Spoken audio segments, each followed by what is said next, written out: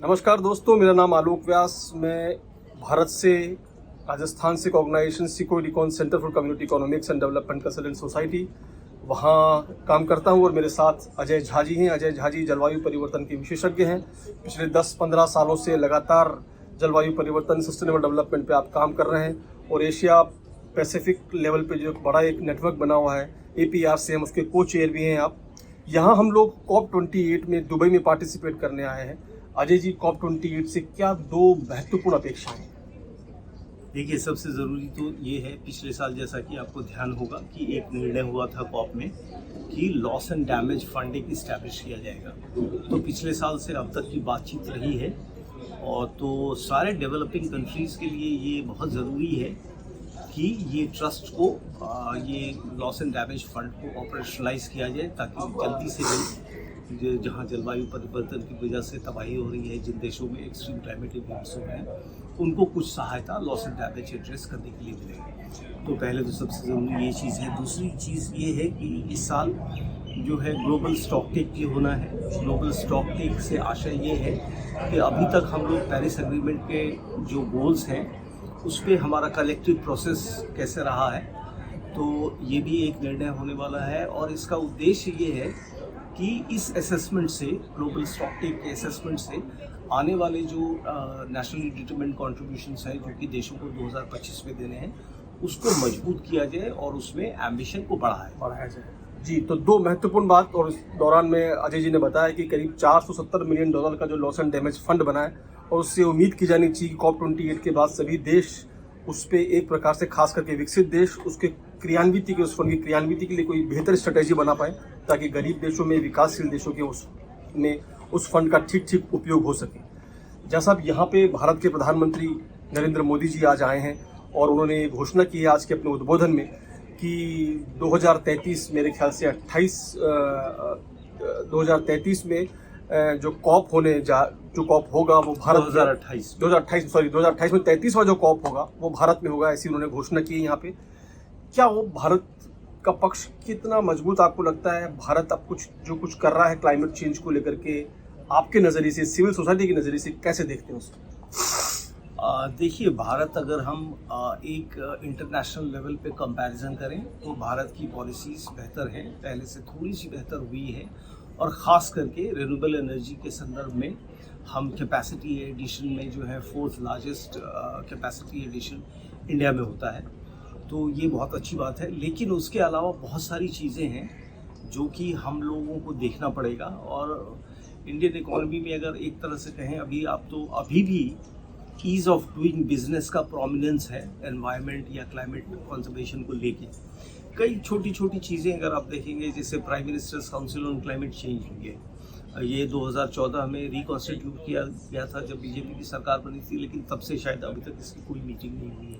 Ji. National action plan on climate change 2009 में हम लोग लेके आए थे, लेकिन अभी तक एक भी उसका कहा जाए कि सिस्टमैटिक असेसमेंट नहीं हुआ है। तो इन सब चीज़ों से हमको थोड़ी सी निराशा है। अभी खास करके जो फॉरेस्ट के लॉज में परिवर्तन लाने की कोशिश की गई है, उसमें भी सेंट्रल गवर्नमेंट को ज़्यादा शक्तियाँ दी गई है और स्टेट गवर्नमेंट के मुकाबले। तो वे एक हमारे कोऑपरेटिव फेडरलिज्म की जिसकी हम बात करते हैं, तो उसके प्रिंसिपल के खिलाफ है। बहुत सारे ऐसे बदलाव लाए गए हैं जिससे जो है कंपनीज़ को फ़ायदा होने की गुंजाइश और संभावना लगती है, बजाय कि लोगों को और पर्यावरण जगह।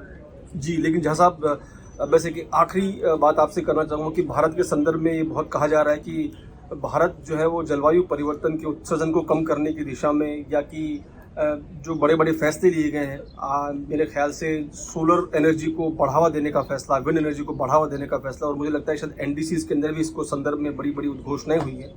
क्या कहना चाहिए? नहीं, मैंने जैसे कहा कि सोलर पे काफ़ी बेहतरी हुई है, 4th कैपेसिटी एडिशन हम हैं। विंड पे प्रोग्रेस ज़्यादा नहीं है, लेकिन रिन्यूएबल एनर्जी अगर पूरे तरीके से देखें आप, तो भारत में काफ़ी अच्छी प्रगति हुई है। एनर्जी एफिशिएंसी में बेहतरी हुई है और तकरीबन हम लोग जो टारगेट है 45% उसको इम्प्रूव करने का, वहाँ तक तकरीबन पहुँचने की संभावना है, जो 2030 से पहले ही हम लोग पहुँच जाएंगे। लेकिन दूसरे सेक्टर्स में जहाँ तक एमिशन का सवाल है, तो इंडिया जो है हाइड्रोजन पे काम कर रहा है, और हाइड्रोजन पे काम करने वाले कुछ कंट्रीज़ में से है। अभी देखना बाकी है कि कितना हम उसको रिन्यूएबल के तरीके से इस्तेमाल कर पाते हैं।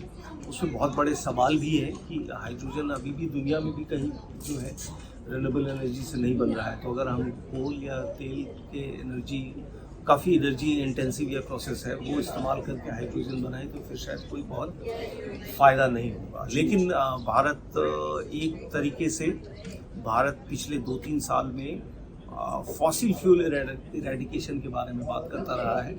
वो बहुत ज़रूरी है, और पिछले साल भी तकरीबन 80 देशों ने ये इस कॉल को सपोर्ट किया कि हमको सारे फॉसिल फ्यूल को इरेडिकेट करना है, चाहे वो कोल या ऑयल हो या फॉसिल गैस हो।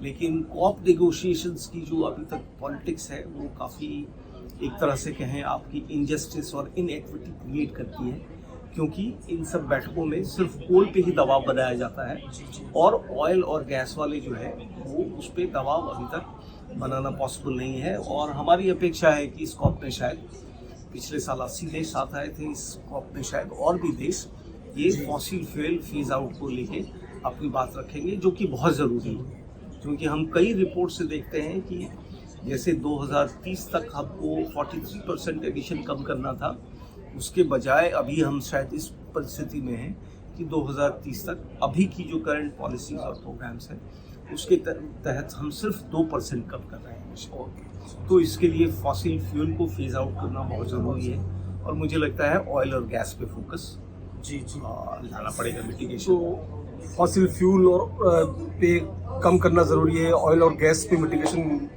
लाना पड़ेगा। और इसी के साथ हम यहाँ दोस्तों दुबई में इस समय करीब 50,000 से ज़्यादा लोग यहाँ पर हैं, और इस अपेक्षा में है कि COP28 से कुछ महत्वपूर्ण नीतिगत फैसले ऐसे होंगे जो आने वाले समय में जो पृथ्वी का तापमान, जैसे कि अजय जी ने कहा कि पेरिस एग्रीमेंट में 1.5 डिग्री टेम्परेचर तक हमको नियंत्रित रखना है, उसमें कितनी भूमिका निभा पाएंगे।